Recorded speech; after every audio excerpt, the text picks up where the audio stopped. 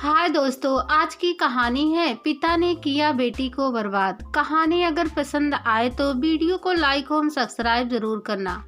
पीयूष ने दोनों bags plane में चेकिंग कर स्वयं अपनी नवविवाहित पत्नी कोकिला का हाथ थामे उसे सीट पर बैठाया। हनीमून पर सब कुछ कितना प्रेम सरोबोर होता है। कहो तो पति हाथ में पत्नी का पर्स भी उठाकर चल पड़ी। पत्नी थक जाए तो गोदी में उठा ले और कुछ उदास दिखे तो उसे खुश करने हेतु चुटकुलों का पिटारा खोल दे। भले अरेंज मैरिज थी किंतु थी तो नई नई शादी। सो दोनों मंद मंद मुस्कुराहट भरे अधर लिए, शरारत और झिझक भरे नयन लिए, एक दूसरे के गलबहियां डाले चल दिए थे अपनी शादीशुदा जिंदगी की शुरुआत करने। हनीमून को भरपूर जिया दोनों ने। न केवल एक दूसरे से प्यार निभाया अपितु एक दूसरे की आदतों, इच्छाओं, अभिलाषाओं को भी पहचाना।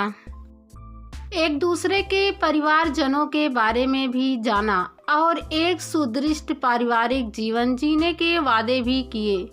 हनीमून को इस समझदारी से निभाने का श्रेय पीयूष को आता है कि किस तरह उसने कोकिला को अपने जीवन का अभिन्न अंग बना लिया। एक सुखी सख्त परिवार बनाने हेतु और क्या चाहिए भला। पीयूष अपने काम पर पूरा ध्यान देने लगा। रात दिन एक करके उसने अपना कारोबार जमाया था। न समय संबंध देखा न थकावट, सिर्फ मेहनत करता गया। उधर कोकिला भी घर गृहस्थी को सही पथ पर ले चली। आज फिर देर से आई लीला। क्या हो गया आज? कामवाली के देर से आने पर कोकिला ने उसे टोका। इस पर कामवाली ने अपना मुंह दिखाते हुए कहा, क्या बताऊं भाभी जी, कल रात मेरे मर्द ने फिर से पीकर दंगा किया मेरे साथ। कलमुहा ना खुद कमाता है और ना मेरा पैसा जुटने देता है। रोज रोज मेरा पैसा छीनकर दारू पी जाता है और फिर मुझे ही पीटता है। तो क्यों सहती हैं तुम लोग भी ना? तभी कहते हैं पढ़ लिख लिया करो। बस आदमी बेटे के आगे झुकती रहती हो, कमाती भी हो फिर भी पिटती हो।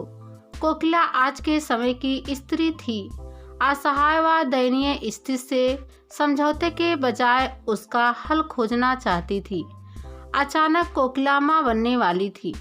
शाम को घर लौटे पीयूष के हाथ में पानी का गिलास थमाते हुए कोकिला ने हौले से उसका हाथ अपने पेट पर रख दिया।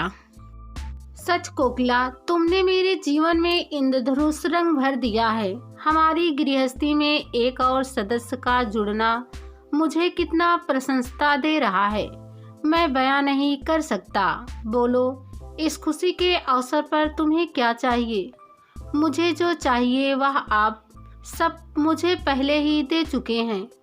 कोकिला भी बहुत खुश थी, पर अब तुम्हें पूरी देखभाल की आवश्यकता है। पीयूष उसे मायके ले गया जो पास ही था।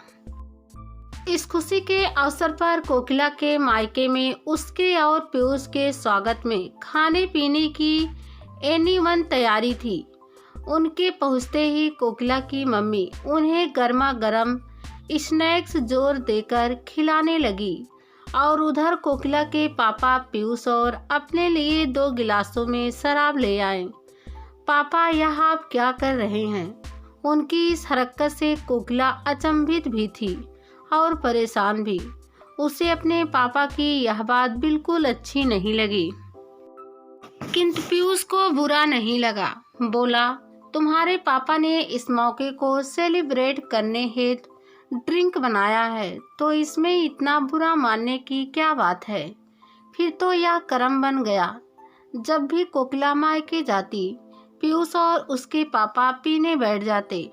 कोकिला अपने मायके जाने से कतराने लगी, किंतु उसकी स्थिति ऐसी थी कि वहां आना जाना उसकी मजबूरी थी। समय बीतने के साथ पीयूष और कोकिला के घर में जुड़वा बच्चों का आगमन हुआ। दोनों की प्रशंसता नए आयाम छू रही थी। शिशुओं की देखभाल करने में दोनों उलझे रहते। शुरू में बच्चों की नित्य नई बातों तथा बाल क्रीड़ाएं दोनों को खुशी से व्यस्त रखती। रोज शाम घर लौटने पर कोकिला पीयूष को कभी हृदय की तो कभी मान्या की बातें सुनाती। दोनों इसी बहाने अपना बचपन एक बार फिर जी रहे थे। एक शाम घर लौटे पीयूष से आ रही गंध ने कोकिला को चौंकाया। तुम शराब पीकर घर आए हो? अरे वह मोहित है ना, आज उसने पार्टी दी थी। दरअसल उसकी प्रमोशन हो गई है। सब दोस्त यार पीछे पड़ गए थे तो थोड़ी पीने पड़ी, कहा पीयूष फौरन कमरे में चला गया। 1 से 2 दिन की बात होती तो शायद कोकिला को इतनी परेशानी ना होती, किंतु पीयूष तो रोज शाम पीकर घर आने लगा। ऐसे कैसे चलेगा पीयूष, तुम तो रोज ही पीकर घर आने लगे हो। पूछने पर कभी कहते हो फला दोस्त ने पिला दी, कभी फला के घर पार्टी थी, कभी किसी दोस्त की शादी तय होने की खुशी में, तो कभी किसी दोस्त की परेशानी बांटने में साथ देने हेतु। शायद तुम देख नहीं पा रहे हो कि तुम किस राह पर चल पड़े हो। तुम्हारी सारी मेहनत, इतने परिश्रम से खड़ा किया तुम्हारा कारोबार, हमारी गृहस्थी सब बर्बाद हो जाएगी। शराब किसी को नहीं छोड़ती। कोकिला को भविष्य की चिंता खाए जा रही थी। तुम्हारा नाम भले ही कोकिला है, पर तुम्हारी बाड़ी अब कौवे सामान हो गई। पीयूष झल्ला कर बोला, तो क्या रोज रोज पीकर घर आने पर टोकना गलत है? कोकिला भी चिल्लाई।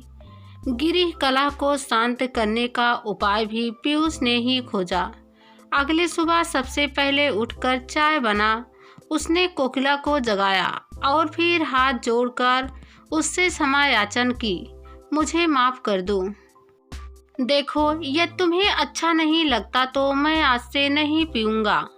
अब तो खुश और सच पीयूष ने शराब त्यागने का भरपूर प्रयास शुरू कर दिया। वह दोस्त छोड़ दिए जिनके साथ वह पीता था। जब उनके फोन आते तब पीयूष कोई ना कोई बहाना बना देता। कोकिला बहुत खुश हुई कि अब इनकी यह लत छूट जाएगी। अभी 1 हफ्ता ही बीता था कि पीयूष के चाचा जी जो अमेरिका में रहते थे 1 हफ्ते के लिए उनके घर रहने आए। वह अपने साथ एक महंगी शराब की बोतल लाए। किसी लत से लड़ते हुए इंसान के सामने उसी लत का स्रोत रख दिया जाए तो क्या होगा? ऐसा नहीं था कि पीयूष ने बचने का प्रयास नहीं किया। चाचा जी, मैंने शराब पीनी छोड़ दी है। मुझे कुछ परेशानी होने लगी है लगातार पीने से। पीयूष ने चाचा को समझाने की कोशिश की, किंतु चाचा जी ने एक ना सुनी। अरे क्या यार, इतनी सस्ती शराब पीता है इसलिए तुझे परेशानी हो रही है। अच्छी महंगी शराब पी, फिर देख। हमारे अमेरिका में तो रोज पीते हैं और कभी कुछ नहीं होता। चाचा जी इस बात पर ध्यान देना भूल गए कि बुरी चीज़ बुरी होती है, फिर उसकी क्वालिटी कैसी भी हो। जब रोज पूरी पूरी बोतल गटकेंगे तो नुकसान तो होगा ही। बस फिर क्या था, पीयूष की आदत फिर शुरू हो गई। कोकिला के मना करने, हाथ जोड़ने, प्रार्थना करने और लड़ने का भी कोई असर नहीं। तो क्या चाहती हो तुम? चाचा जी के सामने कह दूं कि आप अकेले पियो, मैं आपका साथ नहीं दूंगा? तुम समझती क्यों नहीं हो? मैं साथ ही तो दे रहा हूँ। अब घर आए मेहमान का अपमान करूँ क्या? चिंता न करो, जब चाचा जी लौट जाएंगे तब मैं बिल्कुल नहीं पीऊँगा, मैं वादा करता हूँ। कुछ समय बिताकर चाचा जी चले गए, किंतु पीयूष की लत नहीं गई। वह पीकर घर आता रहा। एक रात कोकिला ने दरवाजा नहीं खोला। तुम अपने सारे वादे भूल जाते हो, किंतु मुझे याद है, अब से जब भी पीकर आओगे मैं दरवाजा नहीं खोलूंगी। सुनो तो कोकिला, बस इस बार घर में आने दो। आइंदा से बाहर से पीकर घर नहीं आया करूँगा, घर में ही पी लिया करूँ। तो इसमें तो तुम्हें कोई आपत्ति नहीं है ना? बच्चे क्या सोचेंगे पीयूष? तो ठीक है, मैं बाहर गैरेज में बैठकर पी लिया करूँगा। वह कहते हैं ना कि पीने वाले को पीने का बहाना चाहिए, जिसे पीने की लत लग जाए वह कैसे ना कैसे पीने के अवसर ढूंढ ही लाता है। घर में सहर्ष शुभकृत न मिलने पर पीयूष ने गैरेज में पीना आरंभ कर दिया। रोज शाम गैरेज में दरवाजा बंद कर शराब पीता और फिर सोने के लिए लड़खड़ाता घर चला आता। कल रात फिर तुमने पूरी बोतल पी। कुछ तो ख्याल करो पीयूष, तुम शराबी बनते जा रहे हो। कोकिला नाराज होती। मुझे माफ कर दो कोकिला, आज से बस 2 पैक लिया करूँगा। सुबह होते ही पीयूष फौरन क्षमा मांगने लगता, लेकिन शाम ढलते ही उसे सिर्फ बोतल नजर आती। उस रात जब फिर पीयूष लड़खड़ाता हुआ घर में दाखिल हुआ तो कोकिला का पारा 7वें आसमान पर था। उसने पीयूष को कमरे में घुसने से साफ मना कर दिया। मेरे और लीला के पति में इतना ही अंतर है कि वह उसके पैसे से पीकर उसे ही मारता है और तुम अपने पैसे से पीकर चुपचाप सो जाते हो। लेकिन गृहस्थियां तो दोनों ही उलझकर रह गई है ना। कल से पीकर आए तो कमरे में आने की जरूरत नहीं। कोकिला के इस अल्टीमेटम के चलते दोनों में बहस छिड़ गई और फिर दोनों अलग अलग कमरे में सोने लगे। धीरे धीरे पीयूष और कोकिला एक दूसरे से और भी दूर होते चले गए। कोकिला पीयूष से नाराज रहने लगी। बार बार पीयूष के झूठ के कारण वह उसकी ओर से हताश हो चुकी थी। हार कर उसने उसे समझाना ही छोड़ दिया। अब पीयूष की तबीयत अक्सर खराब रहने लगी। वह बहुत कमजोर होता जा रहा था। जब तक डॉक्टर के पास पहुंचे तब तक बहुत देर हो चुकी थी। पता चला कि पीयूष को शराब के कारण गैल्पिंग सिरोसिस ऑफ लीवर हो गया है। अस्पताल वालों ने टेस्टों की लंबी सूची थमा दी। रात दिन डॉक्टरों के चक्कर काटती कोकिला बेहाल लगने लगी थी। बच्चे भी कभी किसी रिश्तेदार के सहारे तो कभी किसी मित्र के घर अपना समय काट रहे थे। देखते ही देखते अस्पताल वालों ने 18 लाख का बिल बना दिया। कोकिला और पीयूष दोनों ही कांप उठे। कहां से लाएंगे इतनी रकम? इतना बड़ा बिल चुकाने हेतु सब बिक जाना पक्का था।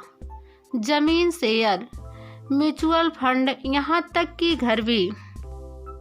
एक शाम पैसों का इंतजाम करने हेतु पने निवेश के दस्तावेज लेकर पीयूष और कोकिला गाड़ी से घर लौट रहे थे। कोकिला बेहद उदास थी। उसकी आंखें बरस रही थी। यह क्या हो गया है पीयूष? हमारी गृहस्थी कहां से कहां पहुंची है? काश तुम पहले ही होश में आ जाते। कोकिला की बातें सुन, उसकी हालत देख पीयूष की आंखें भी डबडबा गई कि काश उसने पहले सुध ली होती। अपनी पत्नी, बच्चों के बारे में जिम्मेदारी से सोचा होता। डबडबाई आंखों से राह धुंधला जाती है।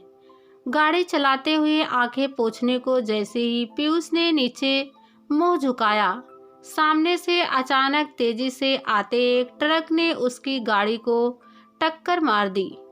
पीयूष और कोकिला की मौके पर ही मृत्यु हो गई। नन्हे हृदय और मान्या अब इस संसार में बिल्कुल अकेले रह गए। कौन सुध लेगा इन नन्ही जानों की? जब नाविक ही नैया को डुबोने पर उतारू हो तो उस नाव में सवार अन्य लोगों की जिंदगी डोलना जालिम है।